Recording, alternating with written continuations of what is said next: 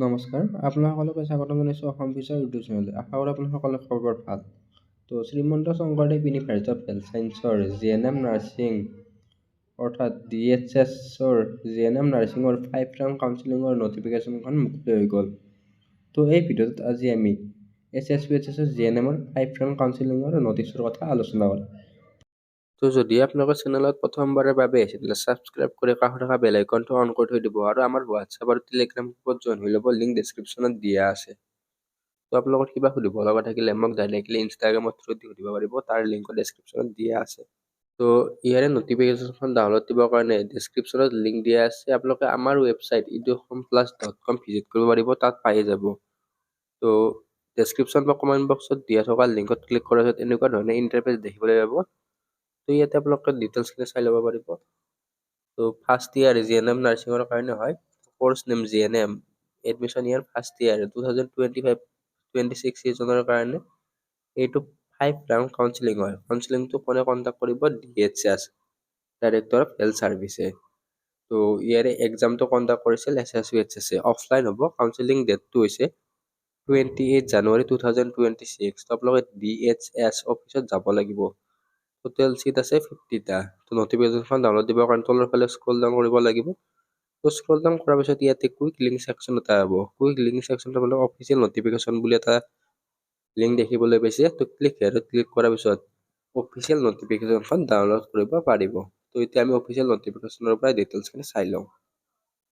তো এইখনে হৈছে এছএছৰ জিএনএম নাৰ্ছিঙৰ 5 ৰাউণ্ড কাউন্সেলিঙৰ নটিফিকেশ্যনখন। তো আমি নটিফিকেশ্যনখন চোৱাৰ আগতে আপোনালোকক এটা কথা জনাই দিওঁ যে যদি আপোনালোকে এছএছৰ GNM nursing, BSc nursing, D pharm পেৰামেডিকেলৰ কাৰণে এণ্ট্ৰেন্স এক্সাম দিম বুলি ভাবি আছে, তেনেহ'লে আমাৰ ই বুক আৰু মক টেষ্ট চিৰিজ ল'ব পাৰে। তো বিএছচি নাৰ্ছিং, ডি ফাৰ্ম আৰু পেৰামেডিকেলৰ কাৰণে 2026ৰ কাৰণে নতুনকৈ ই বুক আৰু মক টেষ্ট চিৰিজ লাঞ্চ কৰা হৈছে। তো ডেছক্ৰিপশ্যনত লিংক দিয়া আছে, আপোনালোকে বাই কৰিব পাৰিব, নহ'লে ডাইৰেক্ট হোৱাটছএপত জৰিয়তে ল'ব পাৰিব। তো হোৱাটছএপৰ জৰিয়তে আপোনালোকে লৈ ল'ব পাৰিব। বাকী এতিয়া নটিফিকেশ্যনখন চাই লওঁ। তো 5th round offline counseling for selection of candidate for admission into first year GNM training course. তো 5th round counseling. তো ইয়াৰে কাউন্সেলিংটো কেতিয়া হ'ব? 28 জানুৱাৰী 2026। তো যিসকলে এছএছৰ জিএনএম নাৰ্ছিঙৰ এণ্ট্ৰেন্স এক্সাম দিছিলে 2025ত, সেইসকলে ইয়াতে যাব পাৰিব। তো ইয়াতে ৰেংকখিনি মেনশ্যন কৰি দিছে, তো কোনবিলাক ৰেংকে যাব পাৰিব। তো 28 জানুৱাৰী 2026 ইয়াতে অল কেণ্ডিডেট, যদি আপোনালোকৰ ৰেংক 1737, কেটেগৰী মেটাৰ নকৰে, 1737 ৰেংকৰ ভিতৰত আছে, তেনেহ'লে আপোনালোকে কাউন্সেলিঙত যাব পাৰিব। তো অল কেটেগৰীৰ ৰেংক 1737। নেক্সট আহি গ'ল EWS। তো আপোনালোকে যদি EWS কেটেগৰীৰ পৰা বিলং কৰে তেনেহ'লে 1750 ৰেংকলৈকে কাউন্সেলিঙত যাব পাৰিব। Next TGL। তো ইয়াতে OBCৰ কাৰণে কেৱল TGLৰ কাৰণে চিট আছে। তো TGLৰ ক্ষেত্ৰত 2651 ৰেংকলৈকে কাউন্সেলিঙত যাব পাৰিব। যদি ছাপ'জ আপোনালোকৰ OBCৰ হয়, আপোনালোকৰ ৰেংক 1737ৰ ভিতৰত আছে, তেনেহ'লে আপোনালোকে নিশ্চয় যাব পাৰিব। সেইটো যাব পাৰিব আপোনালোকে আনৰিজাৰ্ভৰ কেটেগৰীত।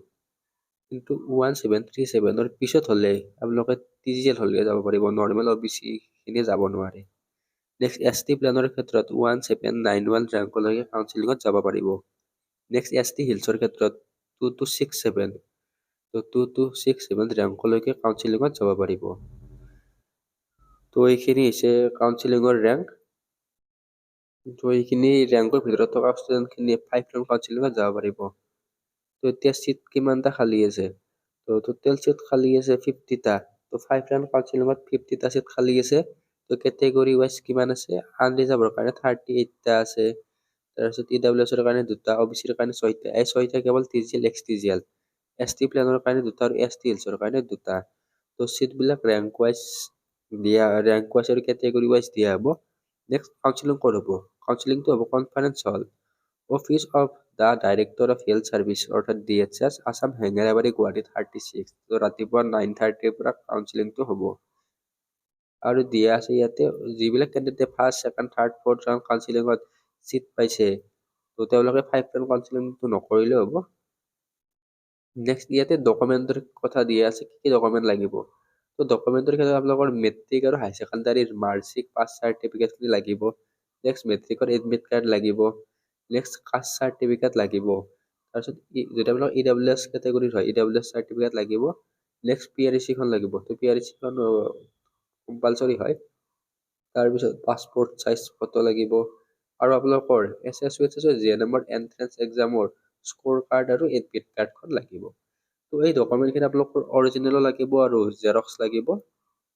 তো দুয়োটাই আপোনালোকে লৈ যাব লাগিব। তো জেৰক্স 2-3 কপিমান লৈ যাব। তো কাউন্সিলিঙৰ পিছত চিট পালেও এডমিশ্যনৰ টাইমতো এইখিনি ডকুমেণ্টেই লাগিব। তো বাকী এই ভিডিঅ'টোত এইখিনি আৰু। তো কোনে কোনে এলিজিবল হয় ভিডিঅ'টোত কমেণ্ট কৰি জনাব। তো আপোনালোকৰ কিবা সুধিব লগা থাকিলে মোক পাৰ্চনেলি ইনষ্টাগ্ৰামত মেছেজ কৰিব পাৰিব, ইনষ্টাগ্ৰামৰ আইডিও দিয়া আছে। বাকী আপোনাৰ হোৱাটছআপ আৰু টেলিগ্ৰাম গ্ৰুপত জইন হৈ ল'ব, লিংক ডেছক্ৰিপশ্যনত দিয়া আছে। ধন্যবাদ।